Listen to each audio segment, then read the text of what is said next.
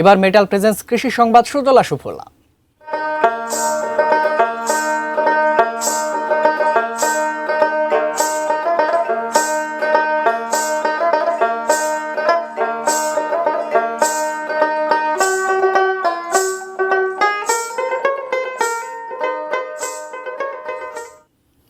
মানিকগঞ্জের চরাঞ্চলে এবছর চীনা বাদামের বাম্পার ফলন হয়েছে।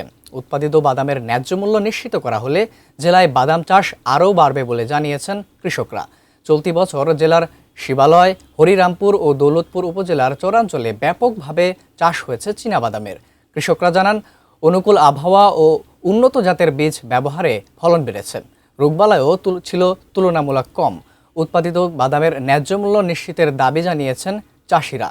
জেলা কৃষি সম্প্রসারণ অধিদপ্তর জানায়, এবছর মানিকগঞ্জে ৩,৬৪২ হেক্টর জমিতে চীনা বাদাম আবাদ হয়েছে। উৎপাদন হয়েছে ৭,২৮৪ মেট্রিক টন। আধুনিক কৃষি প্রযুক্তি, সুষম সার প্রয়োগ এবং রোগ ও পোকা দমনে নিয়মিত তদারকের কারণে ফলন বেড়েছে।